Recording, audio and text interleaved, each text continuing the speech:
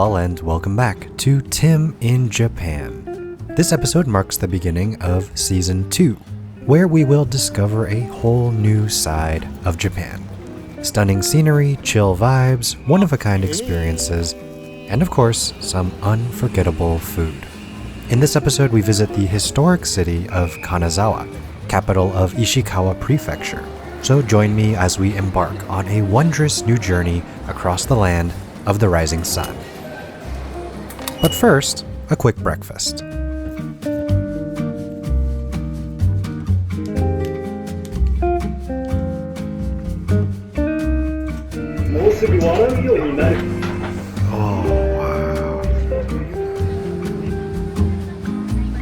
We begin our trip heading out of the Omori neighborhood of Tokyo in order to catch the Shinkansen. And of course, it wouldn't be a true Shinkansen experience without some choice bento items for the ride.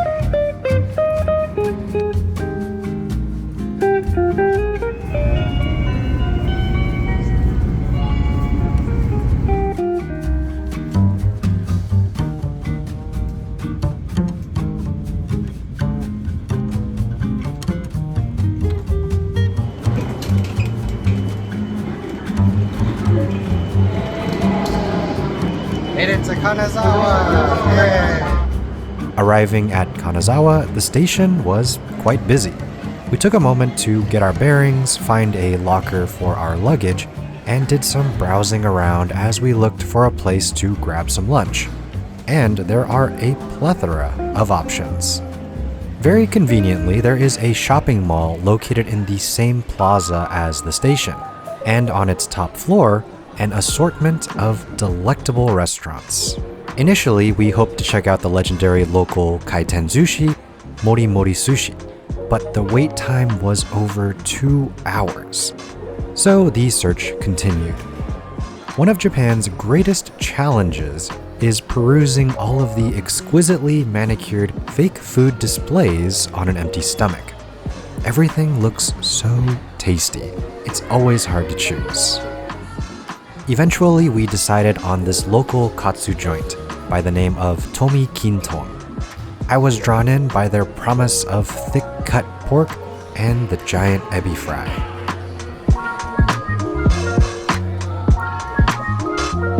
A very chill restaurant with some local vibes.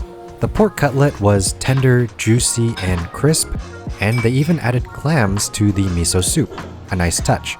They offer a couple different sauces and a variety of toppings that keep things interesting. Everything was cooked well, and I have no complaints. It's not a life-changing katsu experience, but certainly a solid option at an affordable price. And we decided to walk off the big lunch by browsing around the mall for a bit.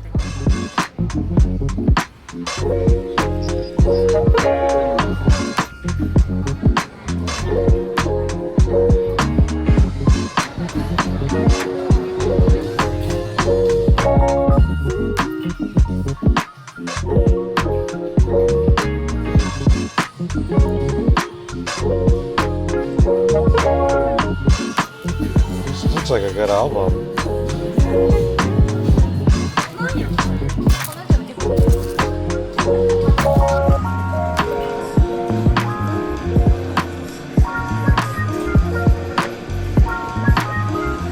That's pretty cool.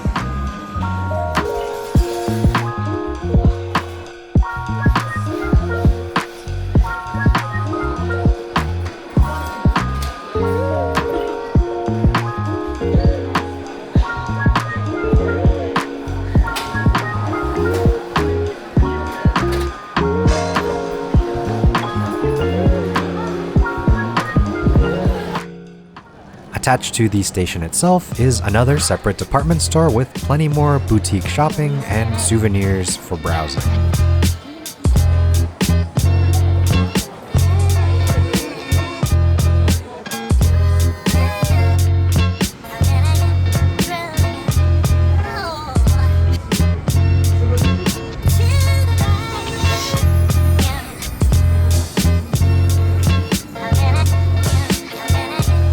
Whoa, look at these socks.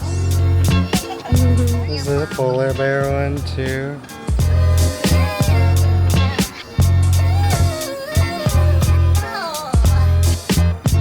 And finally, it was time to head on over to our hotel, just a short bus ride away. Welcome to Dormy Inn's Onyado Nono Kanazawa. This was our first experience at an Onyado Nono, a small chain of hotels that operate in most of Japan's tourist cities.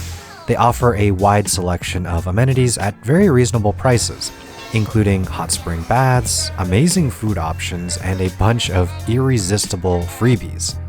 After this experience, I'd highly recommend checking them out for your next trip. And now, time for a quick room tour. The design of the hotel is bright and clean, with an aesthetic that blends traditional Japanese and some modern touches. We opted for a slight upgrade to a corner room. While it's not particularly large, it does feel relatively spacious for a Japanese hotel room.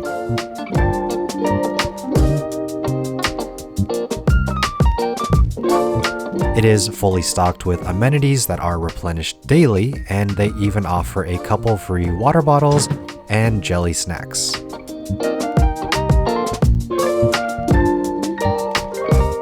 Plus, they give you these comfy little pajama sets for you to lounge around the hotel in.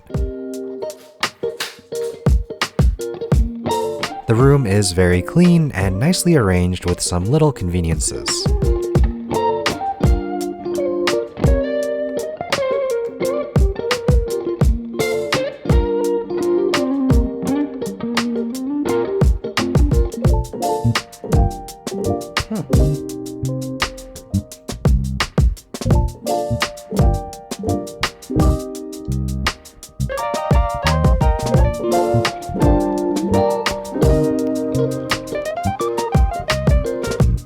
Oh, there's even the socks. Then you have your small towel and the big towel. Cool.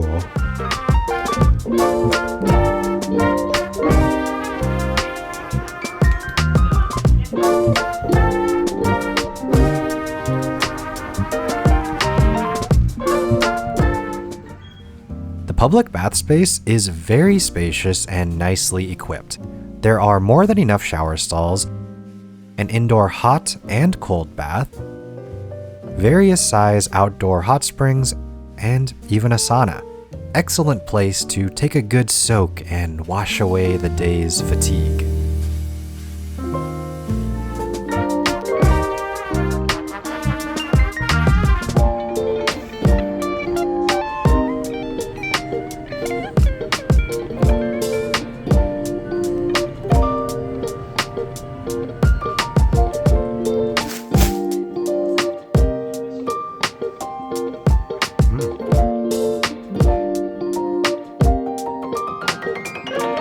Overall, a good assortment.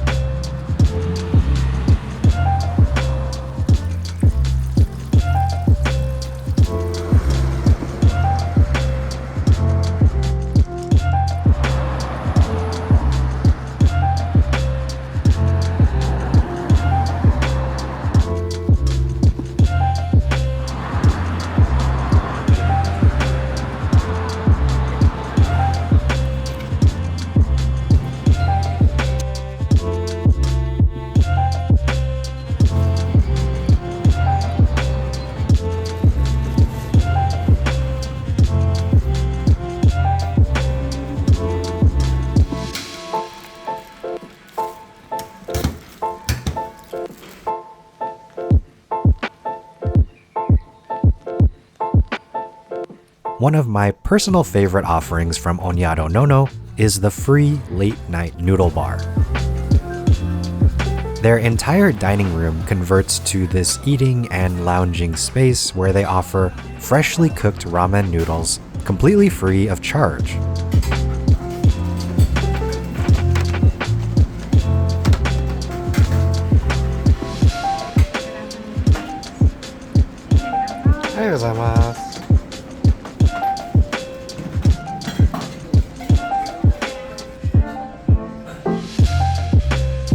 There's also an assortment of free soft drinks available.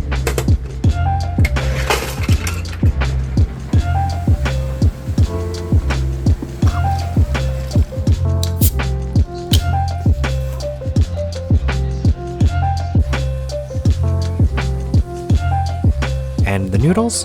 While not quite restaurant quality, they are still a noticeable step up from the instant variety. Plus, you can round out your evening with some free hot drinks too.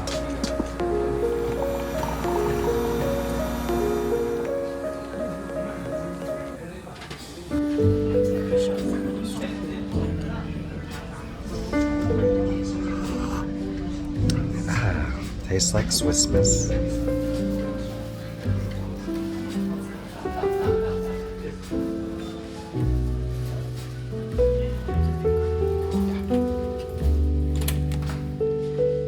Time for bed.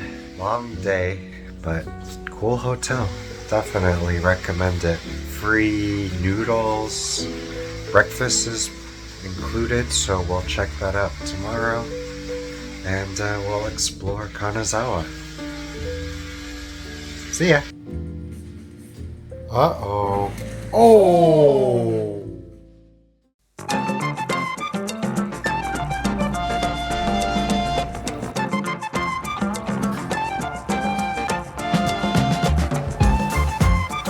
Day 2, and we are headed out, straight to Kanazawa Station.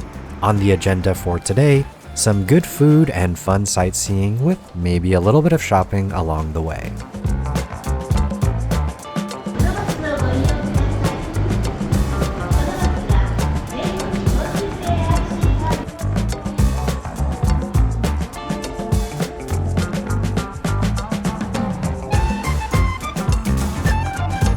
We decided to skip the hotel breakfast in favor of grabbing a spot at Mori before it opened. Even though we arrived 40 minutes early, we were still 14th in line, but this was enough to secure a spot in the first round of seating.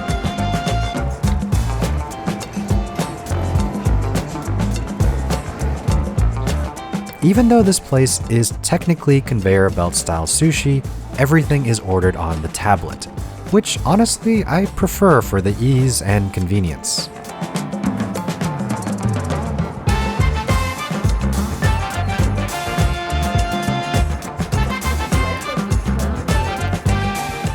Big fish in here. The quality to price ratio here is truly outstanding. It's easy to see why it's garnered such a reputation and always demands such a long wait time. I'd recommend arriving early before opening if you can make it. Not only is the quality excellent, but they don't skimp on the portions at all. There are also other branches in Kanazawa, so definitely give it a shot if you find yourself in the area.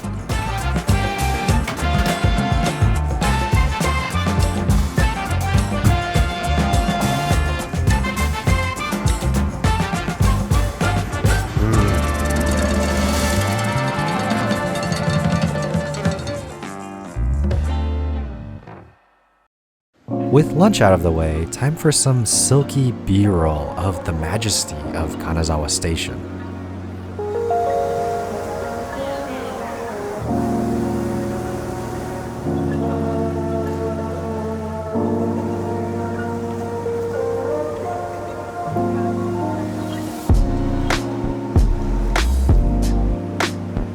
Kanazawa does not have an interconnected train network like other large cities in Japan. It operates mainly by car or bus. So we grabbed an all-day bus pass from the station for 800 yen that offers unlimited rides to Kanazawa's most famous attractions. After a quick stop at the hotel, we were on our way to our next destination.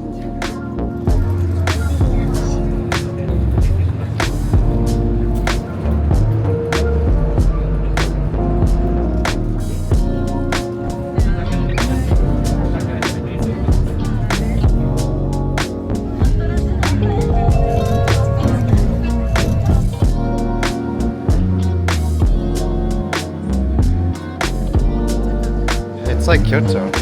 It's very pretty.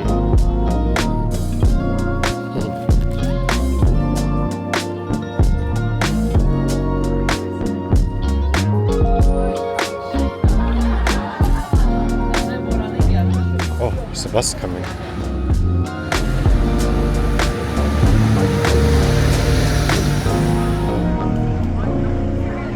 And we've arrived. Kenrokuen Garden. Amazingly, it is ranked as one of Japan's 3 most beautiful gardens, and for good reason. Kenrokuen literally means Garden of the 6 Sublimities.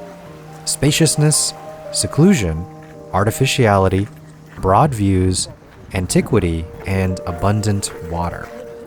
According to Chinese landscape theory, these are the 6 essential attributes necessary to make a perfect garden. And examining the landscape, it's clear why it was named as such.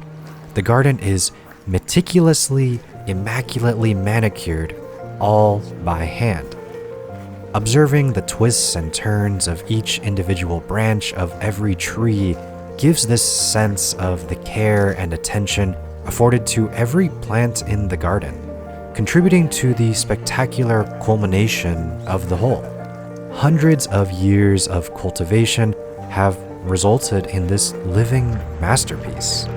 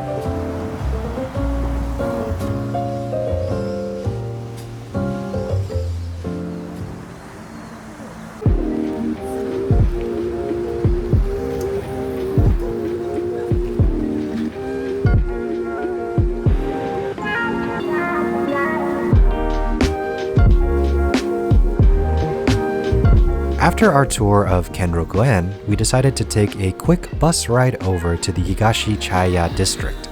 This is Kanazawa's historical downtown area, full of original architecture and plenty of side shops, souvenirs, and distractions along the way.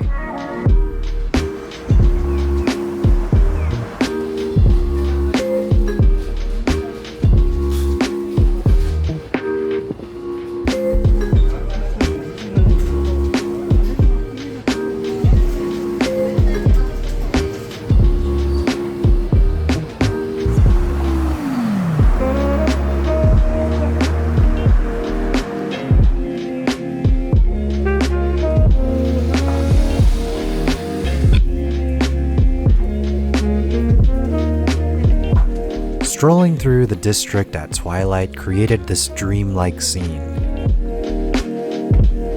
Beautiful historical buildings, warmly lit by lanterns against the backdrop of a subtly darkening evening sky. Magical.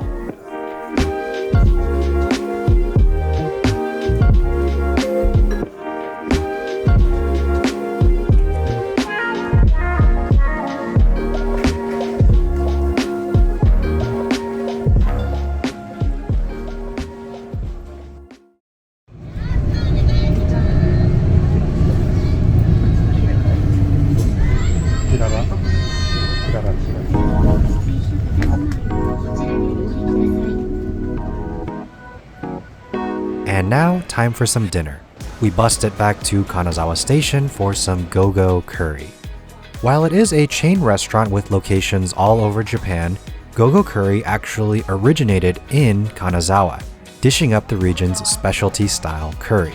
Compared to the garden variety Japanese curry, Kanazawa style is known for its thicker, richer, and more condensed flavor. The taste is markedly different, but equally delicious.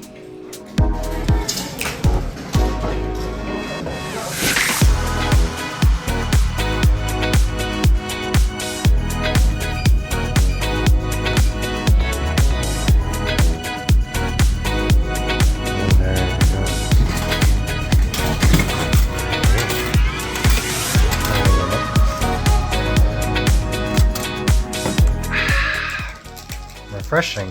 Not as good as the ryokan though. Still good though.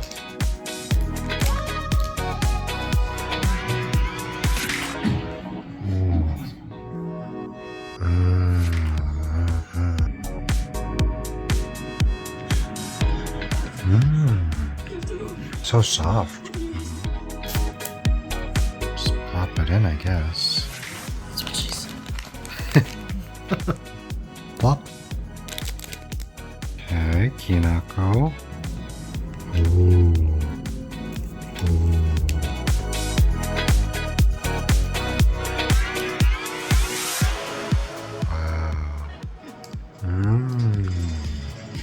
Wow. Soft, sweet, nutty. It doesn't work on her. That's the twist.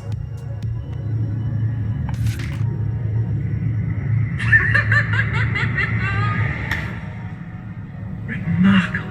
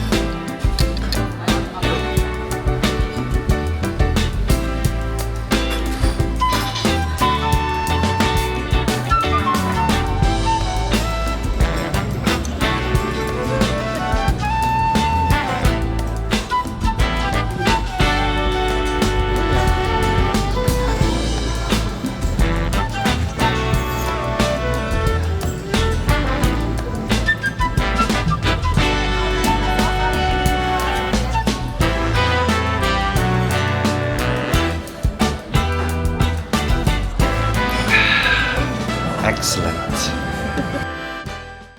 And that will about wrap things up for this episode of Tim in Japan. Kanazawa is a beautiful city with some incredible food and unique opportunities for sightseeing. It has the feeling of a smaller version of Kyoto. There may be less attractions, but that also translates to much less crowds. The area seems to be more popular with Japanese and Asian tourists. Since it's only a short Shinkansen trip from Tokyo, I think it's an excellent destination for a day trip or a short overnight getaway. As we'll see in the next episode, Kanazawa is also home to a wide variety of spectacular ryokan and onsen, making it the perfect spot for a quiet retreat slotted into a hectic Tokyo itinerary. This footage was taken before the 2024 earthquake, but it seems like the region is well on its way to recovery, and certainly well worth the visit. Home to an assortment of delicious food, some very interesting and beautiful destinations, as well as a taste of authentic traditional Japan. Kanazawa is a true gem of Ishikawa Prefecture that I would love to visit again someday. All that being said, I hope you enjoyed this episode of Tim in Japan. The format is ever evolving, and I'm excited to share season 2 with all of you, including our adventures through Tohoku and beyond. For more Tim in your life, be sure to drop by the channel, follow me on Instagram, and come hang out in the Discord. But as always, thank you so much for watching, and I'll catch you in the next one.